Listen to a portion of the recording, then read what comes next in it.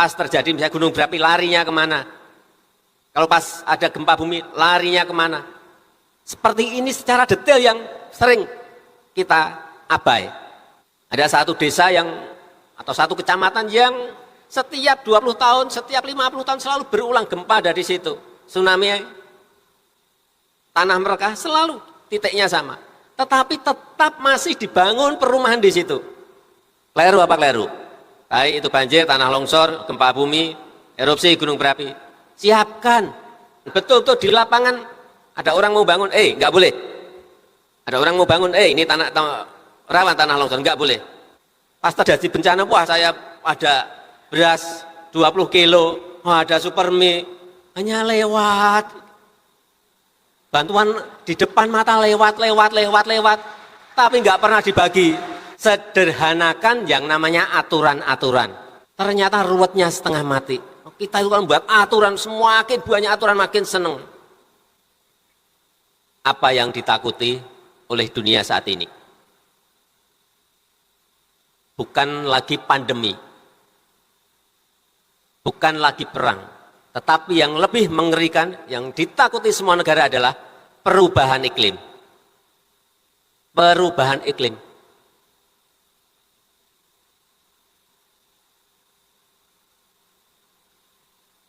Dan perubahan iklim itu menyebabkan frekuensi bencana alam di dunia naik drastis.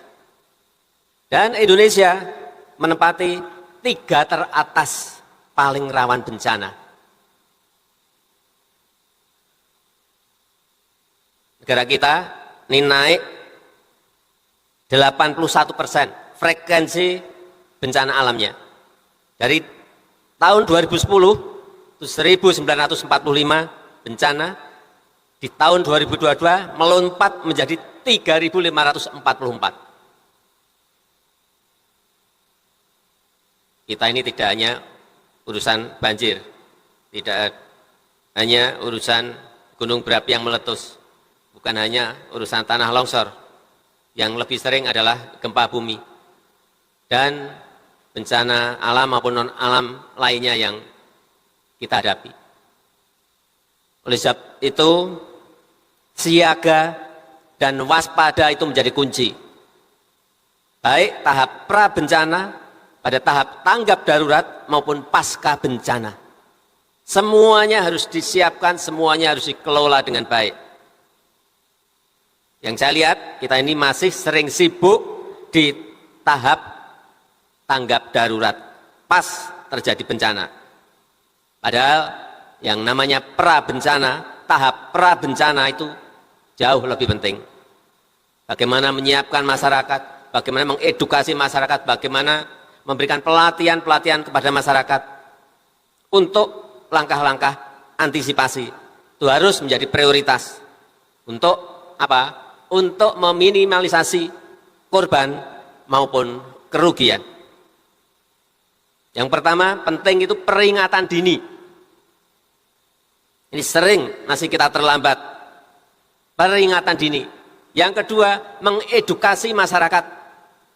Latihan dan lain-lain harus dilakukan. Skenario harus juga disiapkan. Kalau pas terjadi misalnya gunung berapi, larinya kemana? Kalau pas ada gempa bumi, larinya kemana? Seperti ini secara detail yang sering kita abai. Pas ada bencana kita pontang-panting, begitu sudah rampung, ya rampung. Lupa bahwa yang namanya pra bencana itu lebih penting. Mengedukasi masyarakat, memberikan pelatihan pada masyarakat itu jauh lebih penting. Sehingga masyarakat tahu kemana akan lari, kemana akan berlindung. Yang ketiga yang berkaitan dengan tata ruang dan konstruksi. Ini dinas-dinas utamanya Dinas PU daerah, Bapeda harus betul-betul menyiapkan. Jangan sampai terjadi, karena itu selalu berulang. Misalnya di Palu, ada satu desa yang, atau satu kecamatan yang setiap 20 tahun, setiap 50 tahun selalu berulang gempa dari situ. Tsunami, tanah mereka selalu titiknya sama. Tetapi tetap masih dibangun perumahan di situ. Keliru apa keliru? Sudah jelas-jelas.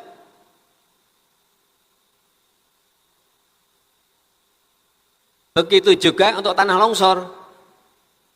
Tempat-tempat yang kita tahu itu tanahnya rawan tanah longsor, masih diberikan izin untuk mendirikan bangunan. Hati-hati mengenai ini. Kemudian juga dinas yang berkaitan dengan izin agar dimulai.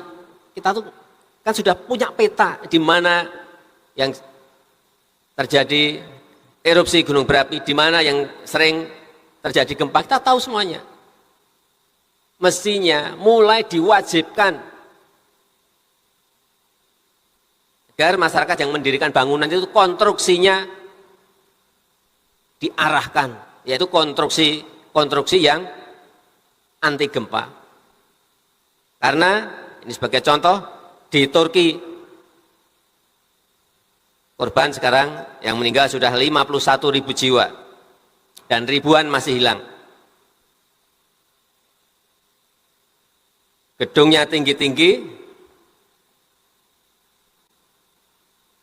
tetapi konstruksi bangunannya tidak konstruksi yang anti gempa. Ini yang mereka perkirakan kenapa banyak bangunan-bangunan tinggi yang runtuh. Bukan hanya bangunan yang bertingkat, tetapi bangunan yang tidak bertingkat pun harus diwajibkan dan mulai diarahkan, terutama di daerah-daerah yang rawan gempa itu, agar menggunakan konstruksi yang anti gempa. Dan Pemda serta BPBD ini penting menjadi ujung tombak bagi penanggulangan bencana. BPBD itu apa tuh singkatannya, kok panjang? Semuanya kita kan buat singkatan panjang-panjang. Namanya aja singkatan tetapi panjang. Badan Penanggulangan Bencana Daerah. Kalau BNPB ya kepanjangan gitu. Badan Kebencanaan, dua kata itu kan lebih. Badan Nasional Penanggulangan Bencana dan Badan Penanggulangan Bencana Daerah. Sekali lagi saya minta kepada BPBD, pada Pemda, pemerintah daerah, agar mengidentifikasi potensi bencana yang ada di daerah masing-masing. Bisa tanah longsor, bisa banjir, bisa gempa bumi, bisa erupsi gunung berapi, dan yang lebih penting lagi siapkan anggarannya.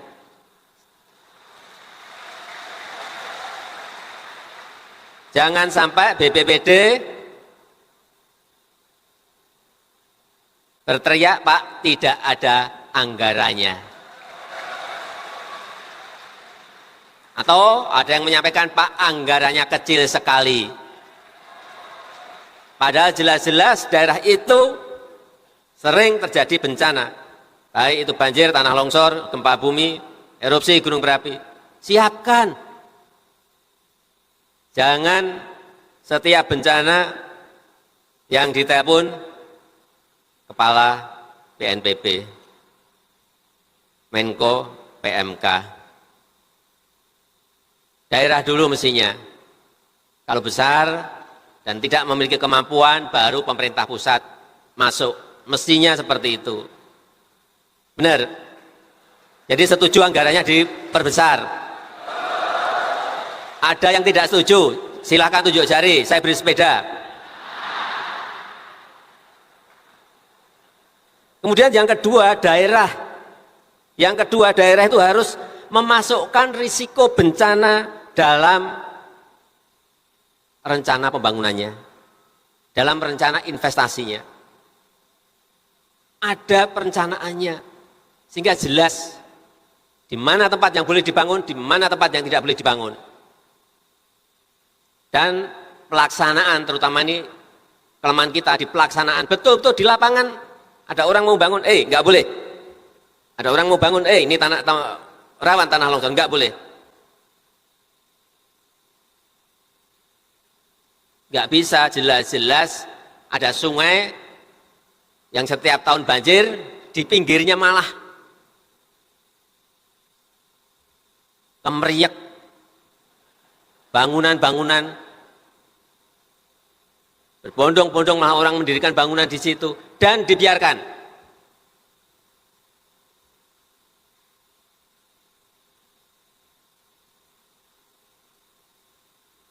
Ini yang sering saya lihat di lapangan. Satu tiap hari satu di lapangan saya lihat. Bapeda itu ada. Ya, gunanya Bapeda itu kan perencanaan.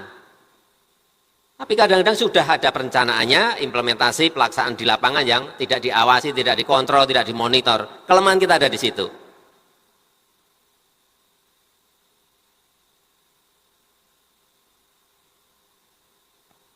Sehingga yang namanya dana bersama bencana itu penting sekali. Gunakan sebesar-besarnya untuk masyarakat, terutama masyarakat kecil. Saya hanya titip, ini kebiasaan kita kalau ada bencana, kan anggarannya bisa dari daerah, bisa dari pusat. Tetapi juga yang nyumbang masyarakat itu banyak sekali. Biasanya yang saya lihat di lapangan, entah itu yang dari Pemda, entah dari pusat, yang sumbangan semuanya ditumpuk. Di posko ditumpuk, di kelurahan ditumpuk, di kecamatan. Lalu lalang, truk membawa bantuan. Masyarakat yang terkena bencana melihat, hanya melihat, tapi tidak pernah dibagi. Karena barangnya di stok di kecamatan, di kelurahan atau di posko. Hanya melihat. Itu yang bolak-balik saya peringatkan. Silahkan ada stoknya, tetapi masyarakat separuh lebih tolong dibagi ke masyarakat. Meskipun mungkin tidak bisa dimasak. Mungkin meskipun pada saat itu tidak bisa dipakai, tapi dipegang, itu seneng. Sebagai hiburan. Pas terjadi bencana, wah saya ada beras 20 kilo, wah ada supermie, hanya lewat. Bantuan di depan mata lewat, tapi nggak pernah dibagi. Ini yang tepuk tangan nanti kalau ada bencana tolong dibagi.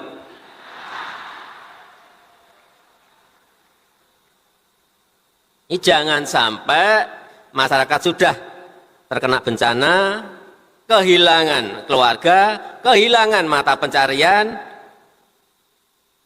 masih susah dapat bantuan. Sehingga saya sampaikan di sini, sederhanakan yang namanya aturan-aturan. Saya pernah pengalaman di NTB, di Palu, di Cianjur. Saya lihat uangnya ini ada. Kita mau menyampaikan pada masyarakat, masyarakat sudah nunggu-nunggu. Ternyata ruwetnya setengah mati. Prosedur yang harus dilalui. Ada ini, ada. Kenapa sih tidak dibuat paling sederhana? Karena dalam posisi kebencanaan. Kita itu kan buat aturan, semakin banyak aturan makin seneng. Sederhanakan, buat yang paling simpel. Sehingga uang atau bantuan itu segera bisa masuk ke masyarakat. Tetapi dikontrol betul. Manajemen controlling harus dilakukan. Ini hampir terjadi di setiap bencana dan kita ulang-ulang. Saya minta Pak Suharyanto, juga Kepala BPD di daerah, semua sederhanakan. Regulasinya Pak Gub, Pak Wali, Pak Bupati, sederhanakan. Dalam posisi bencana itu kecepatan sangat diperlukan. Dan dengan mengucap Bismillahirrahmanirrahim, pada pagi hari ini secara resmi saya buka Rapat Koordinasi Nasional Penanggulangan Bencana tahun 2023. Terima kasih. Wassalamualaikum warahmatullahi wabarakatuh.